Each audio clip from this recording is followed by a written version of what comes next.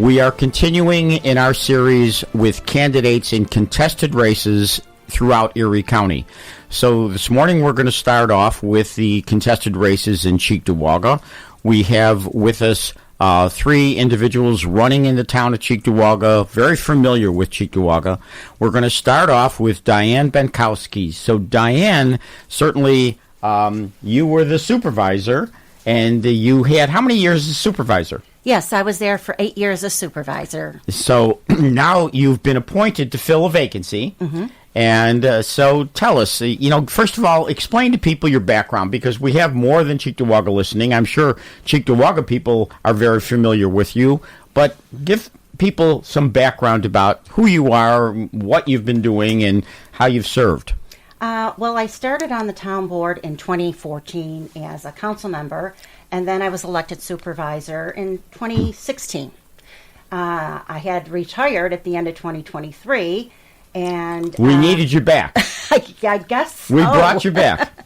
I started seeing some things going on with the new administration, and I was really bothered by a lot of the things where I started talking to the Republican majority on the board.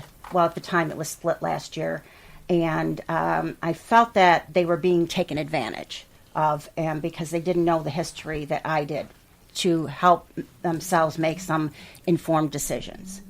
So there was an open seat, or a vacancy that opened up in February, and I was appointed to the town board to fill that vacancy, which I'm very, very grateful to the board majority, the Republican conservative majority. So I'm here running for that open seat now in November, so that I can continue or at least help get things straightened out, because things have taken a real dive here as far as budget. When you look at Cheektowaga, for decades Cheektowaga has been a Democratic stronghold. And when you were supervisor, you were on the Democratic Party at that point in time. But now you're the supervisor today is a guy who was a Bernie Sanders guy. Things have changed quite a bit. Yes. And so you've rejoined the Republican Party. We're glad to have you, obviously, on our side. Thank you. But now we've been able to change Cheektowaga, because I've always believed Cheektowaga Democrats, or all the elected, or all of the people in Cheektowaga, they are grounded people. They're hardworking, ethnic people. And really what they want to do is they want to go to work. They want to have lower taxes. They believe in the values that conservatives believe in. Isn't that true? That's very true. And that's part of how I always felt when I was supervisor. I was always on the conservative side with spending. And when things came up, I always had to look at it conservatively, and I did get a lot of pushback from the Democrats on the board at the time. So, I know why we encouraged you back in, but tell the audience why you're willing to come back in and what you see needs to be done. Well, after 10 years on the board, I felt that Cheektowaga was headed in the right direction. I poured my heart and soul into this town when I was supervisor, and it was undeniable that positive things were happening. More work is needed, and I have the knowledge and I have the history that I can help the newcomers on the board to be able to combat and fight some of these poor decisions that are being made by the supervisor and the Democrats. And we just need to continue in a positive direction. You know what? I love Cheektowaga and value the people that call it their home. I was raised here. I was born and raised here in Cheektowaga, and I made a life here with my husband and my daughters. This has been the driving force behind my public service. I was a school board trustee in the DPU School District for approximately 8 years also, and then I left there to run for the town board. So always involved in public service, willing to give yourself to public service. Absolutely. That was my driving force, and I didn't mind using my volunteer time as a school board member. To me, it was very, very important. Although, you know what? Cheektowaga is much bigger than one person, right? When I go to work every day, and you too, you mentioned, I think of that senior that's struggling to put food on the table right now. And, my passion has always been about the people. So here are some of my accomplishments. I just wanted to Go right ahead. Go over some of those with you so people can understand that I wasn't just sitting there in an office not doing anything. I feel like I improved the quality of life, and we delivered efficient services with my partner here, Mark Wagner, who's also running for the town board, but he was highway superintendent at the time. And I have to say, when I would get the call as town supervisor in my office about a highway issue, I could easily call Mark Wagner and he would take care of it. So it's all about working together. And I did aggressively take on those resident complaints. We also, Michael Jasinski and I, assertively fought the migrants moving into our town hotels. Now that was a huge issue when they put them in hotels in Cheektowaga, right? Without really telling us. I have to, say I got a call like 10 minutes before a town board meeting that I was running from the mayor's office in New York City, and I couldn't take the call. So then I received an email, and nobody had asked the town board if it was, or even told us that these migrants were coming. And then we started seeing some issues with, some very, very serious crimes. Crime issues. Yes, rapes in the one hotel, especially the one on Dingens. And the residents were telling the board, they would come to board meetings and tell us the people that were being put up there didn't understand our culture. And they were walking down the street into their yards. It was summertime, and sitting on their porch steps and taking a nap on their front lawn. Now, to me, I think privacy is very important. That's why we live in America, right? So we started seeing more and more, and then finally the town board agreed to file a lawsuit. So we got an attorney that actually won a few cases out in Orange County, and we were able to file the lawsuit and work a deal out that they were supposed to be gone by the end of 2024. So this is Mark Polenkars that certainly allowed the immigrants to come into Erie County, and then they end up in Cheektowaga without you even knowing. You're the supervisor, and without even telling you, they've already arranged to put them there. Right. So I had to, I found out, like I said, 10 minutes before a board meeting was starting, that they're getting on a bus tonight and coming over. So I am glad that the town board was able to work together on this, and at least I think we're the only town in Erie County that did that. Yeah, yep. So right now, though, we're kind of dealing with another issue. But as far as homeless people being put up in one of our hotels, well, two of them I know of on Genesee, and that's fine if they're going to be there temporarily. But the other hotel that was behind the old Denny's is not even operating as a hotel now. It's operating as a homeless shelter, which to me is still kind of the same thing as far as the zoning. They didn't come to us for rezoning for a homeless shelter. The one across the street now is still a hotel, so you can get a room. And the residents have a great deal of objection to what happened here. Isn't that the case? Yes. And I'm finding out that, again, we weren't consulted, and I talked to the chief of police, and actually the crime is worse from the homeless shelter that's being operated there that we technically were not even advised of. It was through other people telling us that. You know, Chairman, and what happened when Cheektowaga stood up to the illegal immigrant problem with the occupancy in the hotels in Cheektowaga, Brian Kalpa and Sean Lavin, Amherst supervisor, deputy supervisor, they got a call from Mark Polenkars, and guess what? They left your town, and it came to Amherst. And Lavin and Kalpa didn't stop it. And we had the same problems they thought I made that decision. I didn't tell them to go to Amherst. Well, but Kalpa and Lavin, Lavin works for Mark Polenkars in the county, and they just said, bring him on into Amherst. Mm-hmm. I agree with you. Well, again, this is Mark Polenkars, and this is the liberal Mark Polenkars.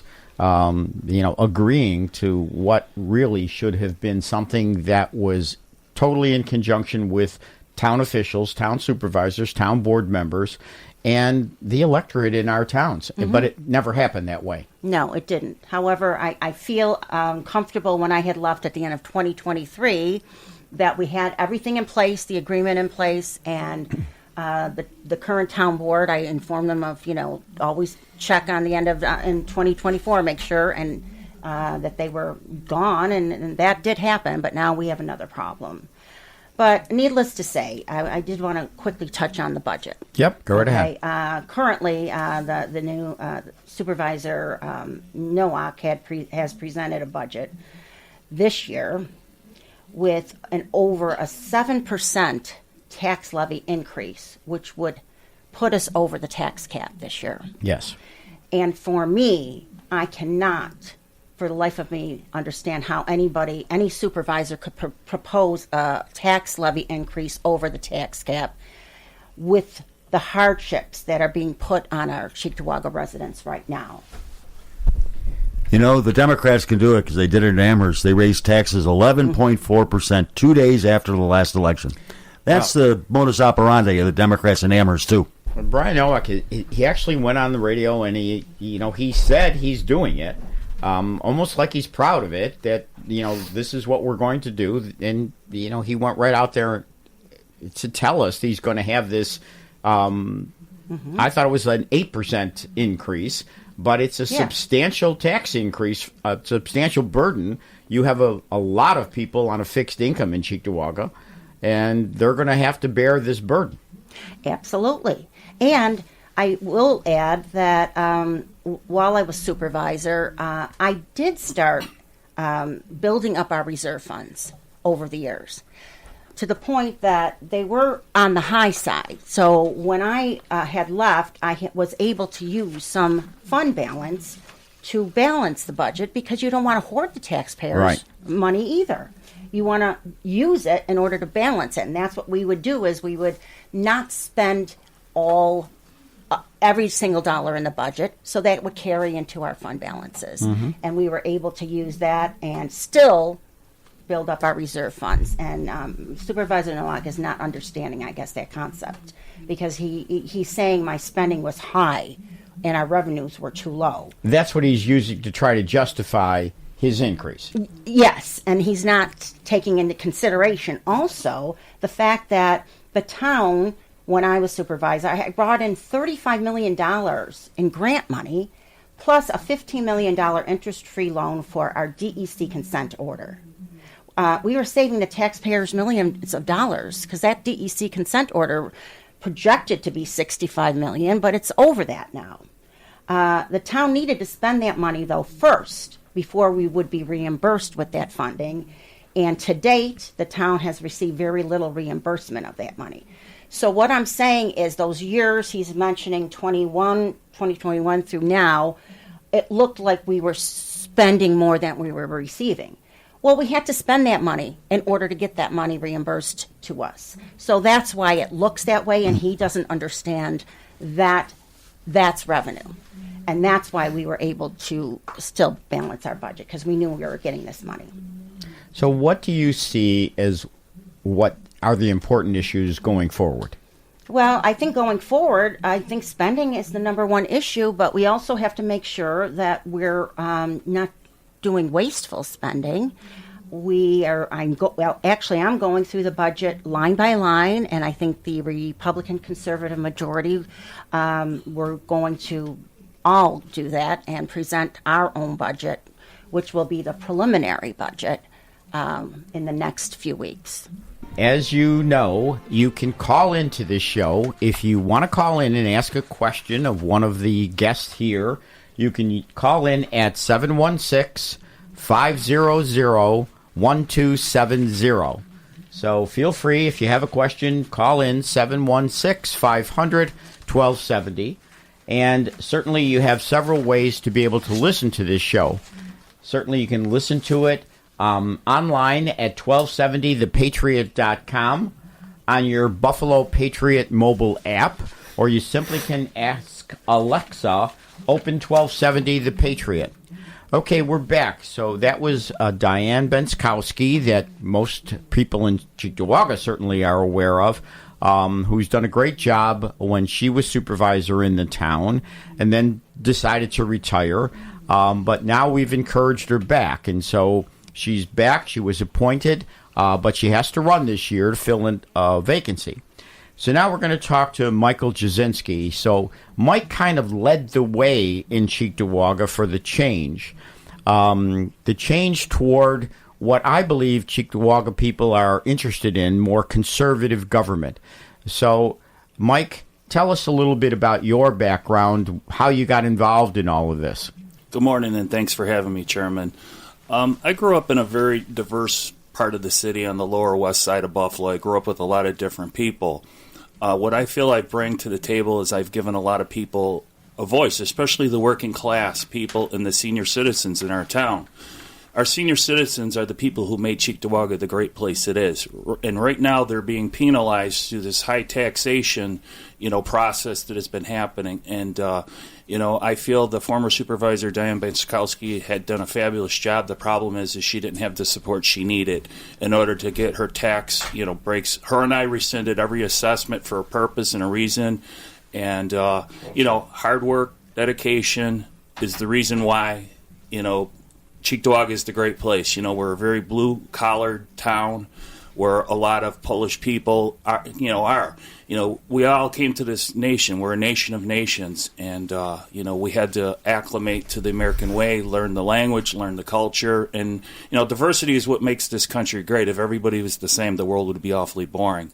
But what I've done is I've given the working class, a lot of people in this town, a reason to speak out where they never had a voice before. And for many, many years in this town, you had to be a Democrat, the who's who, to get a job or get anywhere in this town. So finally, I got involved. I just didn't want to be an armchair politician just sitting on Facebook and typing away, and I felt I had the need to. It was like a calling that I had to get involved because I didn't have the ability nor the privilege to be born and raised in Cheektowaga. I've lived here over 30 years. My children were born and raised here. My wife and her family were born and raised here, and I've met a lot of great people in the short little ride that I've been on, and I think that it's just begun, and people have to have faith in us and realize that they're not always going to see the fruits of our labor, because we do a lot of things behind closed doors, and we've only had control just over 9 months for a town that is for 60 years since its inception has been one party rule,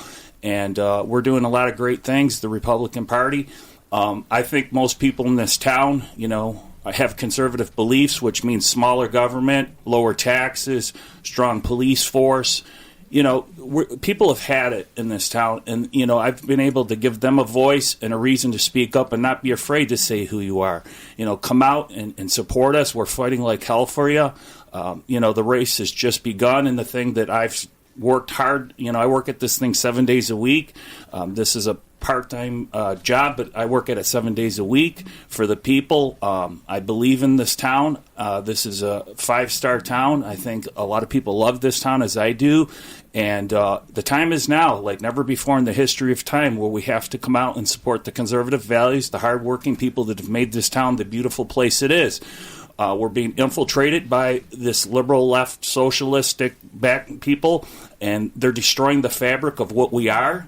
Cheektowaga is a blue-collar town, and what do tax increases do? They hurt the poor, they hurt the middle class, and they hurt our seniors, people that are on fixed incomes, people that are struggling to put food on their tables, people that have to make decisions. Do I pay for my electric bill? Do I buy my medicine? Or do I pay my taxes? And many seniors have came forward and said, Michael, I'm really struggling and I'm having a hard time. What can you do? What I can do is encourage everybody like never before. Come out and vote for us. We're fighting for you. And we're not just saying this. Our work reflects our hard work and what we're doing for you in this town. And, Cheektowaga is turning, and it's not looking good for our future if we lose. You're going to get just what you asked for. I'm very proud of my accomplishments. I came very close in the supervisor's race, lost by 53 votes. I sleep well at night knowing that I gave it the best I can. But, my journey's not done. I feel like there's a calling, and I have something to prove and help these people, fight for this thing called Cheektowaga. And we can't put our guard down, and we have to come out. There's not a lot of excitement in this next election, but we have to come out. We have to fight. We have to show people that we have a voice, and we're not going to give up. And as long as I'm a viable candidate and I live in this town, I will fight for each and every one of you, no matter what party you're affiliated with, because, I grew up in a very blue Democratic family that, had conservative beliefs, just like the John F. Kennedy Democrats. And we have to fight. We have to fight. So, Mike, look, I got to know you 4 years ago when you ran, and you were successful. And that was an amazing, amazing accomplishment to be a Republican with conservative backing winning in the town of Cheektowaga.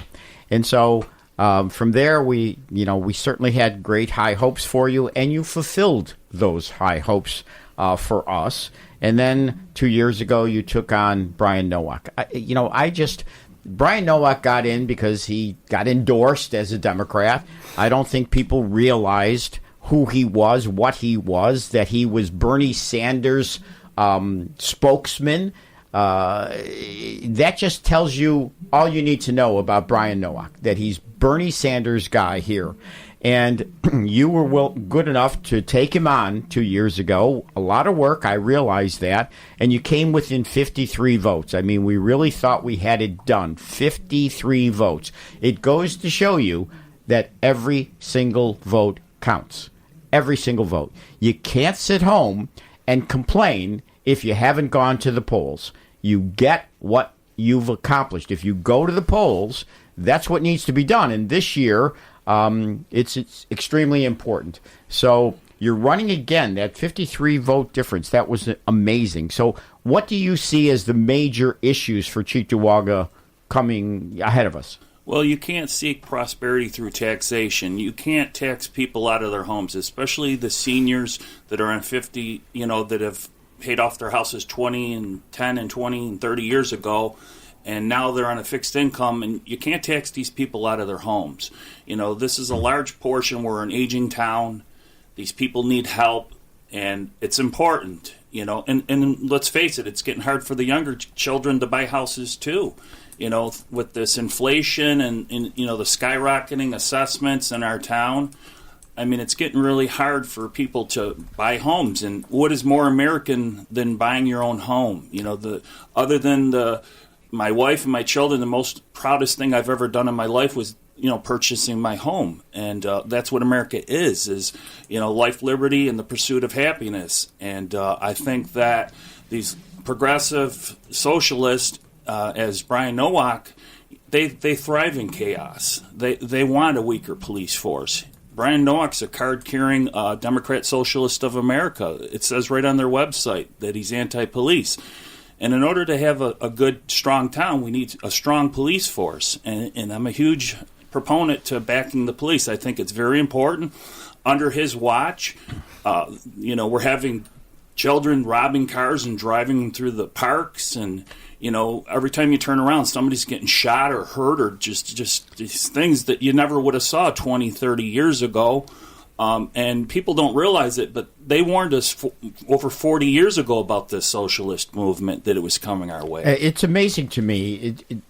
Decades ago, or not even decades ago, no Democrat would acknowledge themselves as a socialist. That was a bad word.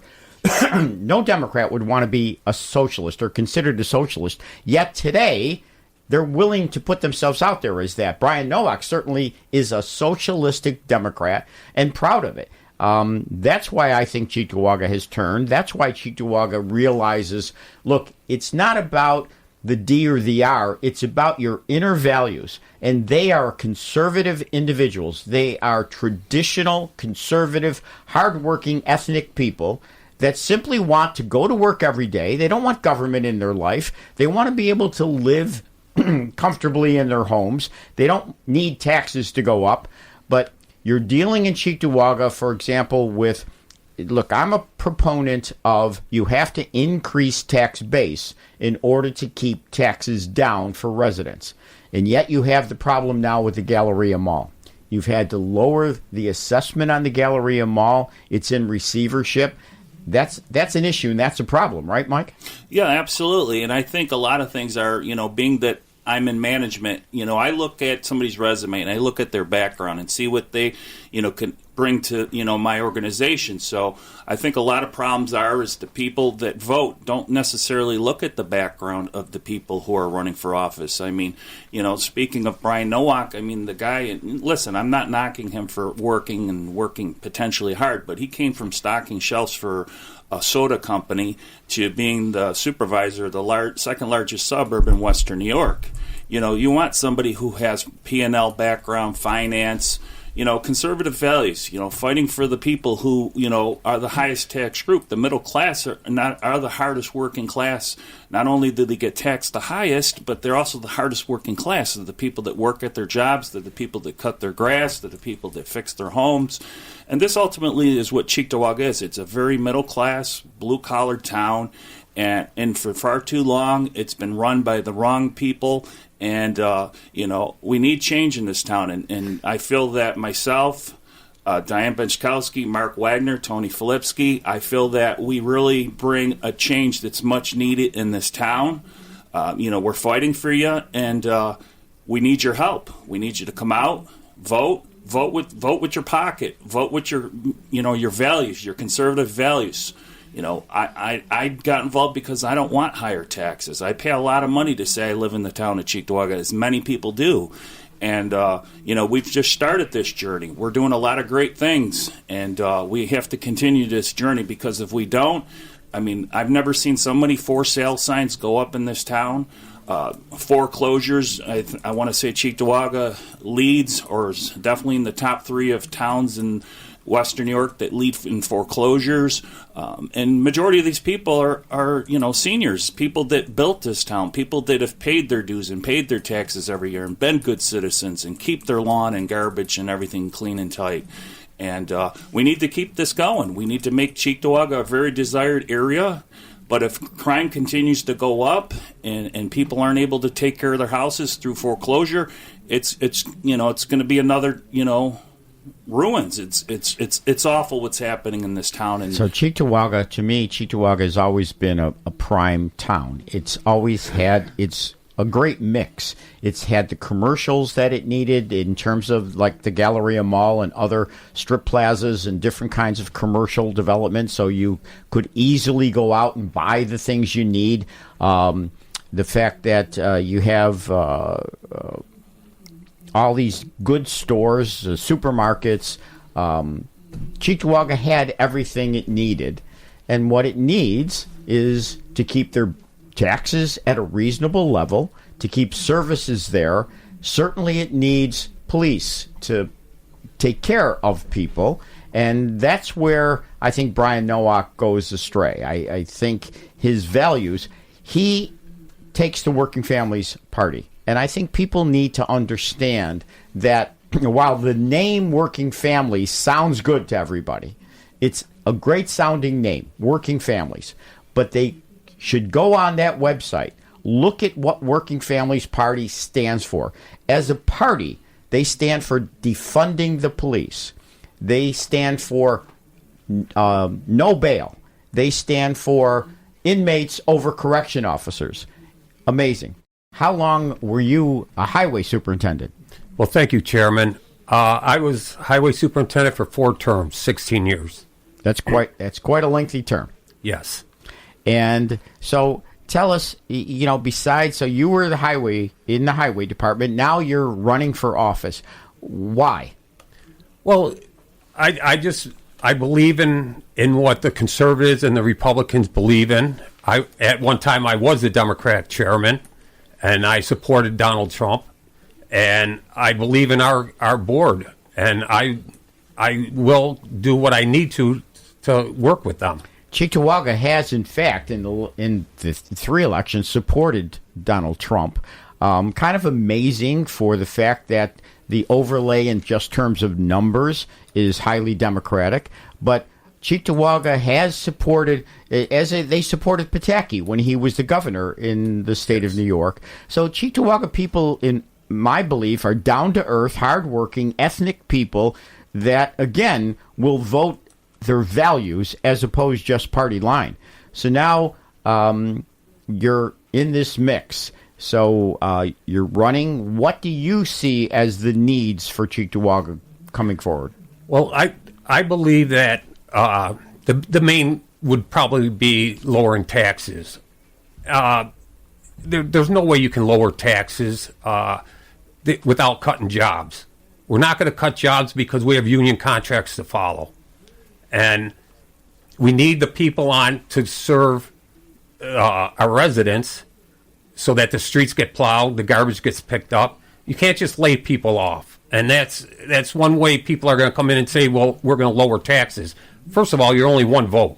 You're not going to lower taxes. We need to work together as a board and get everything done, accomplished, and keep the taxes within reason. So that's not always a simple thing to do. In my mind, the only way you really get it accomplished is you have to have smart growth. You have to increase tax base. And Cheektowaga is a post-World War II town that's pretty well developed at this point, right? Yes. But there's certainly opportunities, and that's what the board looks at and does as these opportunities come forth, right? Yeah. Well, the one thing I'd like to do is I would like to restructure some of our departments. Now, I've worked in the town for 43 years. I would really love to restructure some of our departments and bring back recycling. Now, when we were doing recycling, we were bringing in roughly $17,000 a month. And we were just picking up the recyclables that the scrappers left behind. If we could get all the good stuff, we could bring in a lot of money a month. I see. So that's certainly an important thing. Diane, you've been there. What do you think? I agree with Mark. I mean, people loved that program you had there going on with the recyclables, all the old metal, and not only that, but also the electronics, which just doesn't seem to be happening like it was when Mark was Correct. there. Well, what we would do, we would tell the residents, call us, let us know when you're putting your refrigerator out. Just put it outside your garage door. And they would say, that's all we have to do? I said, yes, we will come up and get it. And that's what we did. We cannot go into your house, but we can come up to your garage, grab it, and take it. Then we take it back to the garage, we strip it, we separate the motor, we cut the cord, splice it, take the copper out, and separate all that. That's where your money is. That's where the town was making a lot of money, where other people are just throwing it into a scrapyard and getting $50 for a refrigerator. Well, we were taking everything apart the right way. So you were doing the recycling, the aspect that turned recycled goods into some funding for the town. Correct. Mm-hmm. Well, that's extremely important. I don't know why that isn't practiced everywhere. They stopped it. I also want to add, we had a contract with the company that you would put the recyclables, the metal, into bins. They would come and weigh the recyclable, right? Every week they were there so twice a week. So we had an accurate accounting of it. Where sometimes when we had employees just dropping off the recyclables, we didn't know if we were really getting back what we had given them. If a resident called and had something as heavy as a refrigerator, all they had to do was, they don't have to bring it to the curb, they just put it out the garage door. Correct. Because if you bring it out to the curb, the scrappers grab it. So see. we were losing all that. I see. Is that practiced in other towns? I'm not aware of it. Recycling, that the highway department does the recycling. I believe we were the only town in Western New York. Wow. That was doing it. I know the Southern Tiers, they wanted to do it. They loved the idea, but they never followed through. They didn't have the employees to do it. I see. It doesn't take a lot of employees. 4 good guys to pick up and separate everything, and it worked great. Interesting. Mm-hmm. Mike? Yeah, I feel that we need to bring more small businesses to Cheektowaga. I see a lot of vacant storefronts. Yep. We need to make like a town square, kind of like what Lancaster did, where, responsible adults can walk down the street and shop and check out these, shops that they have and maybe have a responsible glass of wine and stuff like that. I mean, Cheektowaga still has a lot of potential. That's how we increase our tax base. I mean, let's face it, right now we have enough cannabis and pipe shops and car washes and stuff like that. We need to encourage more of the right kinds of businesses. When I grew up in the city on the west side of Buffalo, there was, a storefront in every corner. There were local people that owned it, and they had very unique things that were specific to, what they sold. And I think that Cheektowaga has the potential to do this. You just have to have somebody with an innovative mind at the helm, encouraging this type of businesses and stuff like that, and talking with these people that want to, start a business and stuff like that. Because, like I've said before, outside of owning your own house, owning your own business is a very, admirable, proud thing to do as well. And I think that we need to come up with some programs to encourage small business in the town of Cheektowaga. Mike, that couldn't be better said. That is exactly what we need in these towns. We need the town government to actually go out and encourage local business. You do have a lot of empty storefronts, unfortunately, but that's true in a lot of towns. But there are towns that aggressively have somebody in the town that aggressively goes out and markets the town. That's what needs to be done in order to bring responsible business to the community. That gives the residents of the community the benefit of that business, the benefit of the services, the benefit of the restaurants, the benefit of the different types of establishments that could be brought into the town.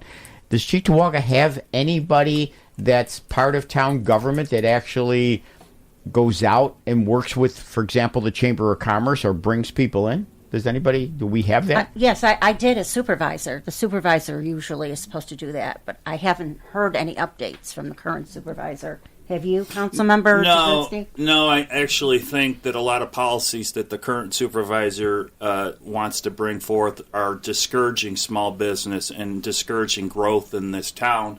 As you said, Chairman Larigo, we have to bring up our tax base. And how do you do that? You fill in these storefronts and give people the ability to, pay their taxes and have a good, honest business, not, have people want to move out, because the taxes are high, skyrocketing, and causes foreclosures and things like that. So, we have an opportunity. We have to come out and vote. I mean, Cheektowaga still has the ability to be the great place it's always been.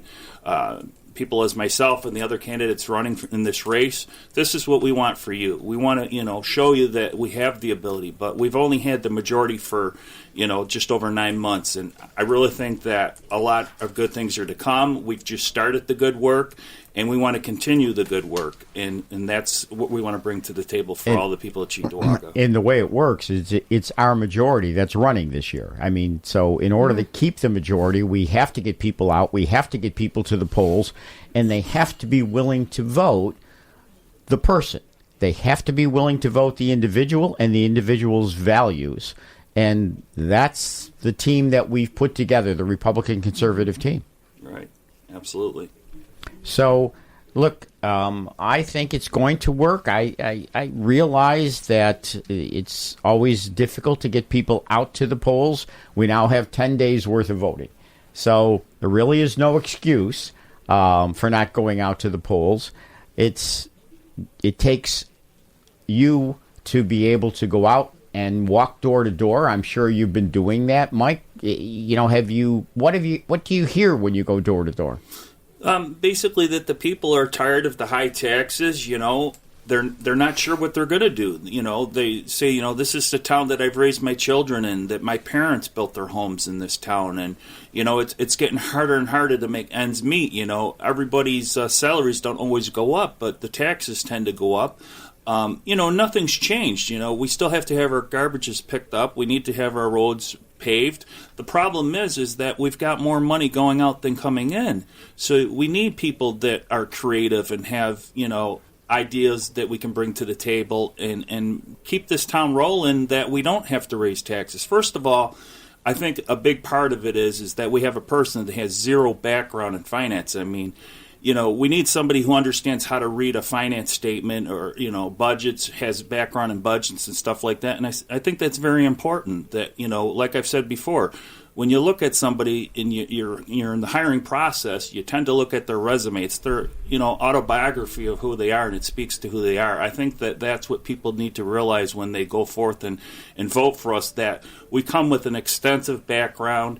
We're working very hard each and every day to get this town back on track and keep this a 5-star suburb that it's always been. Look, I appreciate all of you coming here today. I certainly appreciate this radio station, The Patriot. This is a station that lets people know what really is true conservative talk. You can't get it out of the Buffalo News. You can't get it in a lot of the news agencies. Unfortunately, people who believe like we believe have to get it from this type of conservative talk.